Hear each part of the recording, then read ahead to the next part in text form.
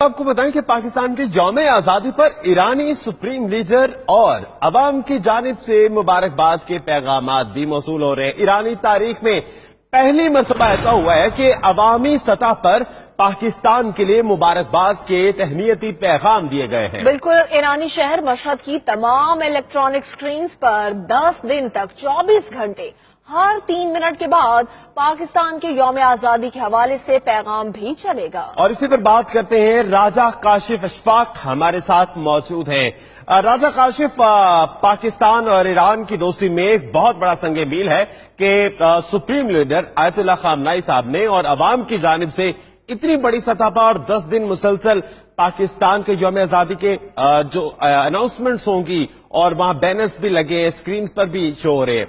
क्या प्लान है, ये क्या फॉरेन पॉलिसी है? जी, ये इस हवाले से पाकिस्तान के जो वहाँ पे एम्बेसडर हैं उनकी तरफ से, मशहद में जो वीजा काउंसलर है उनकी तरफ से ये कोशिशें की गई हैं, जिसके बाद ईरानी सुप्रीम लीडर और ईरानी अवाम की जानिब से ये तहनीती पैगामात अपनी स्क्रीन पर चलाए जा रहे हैं।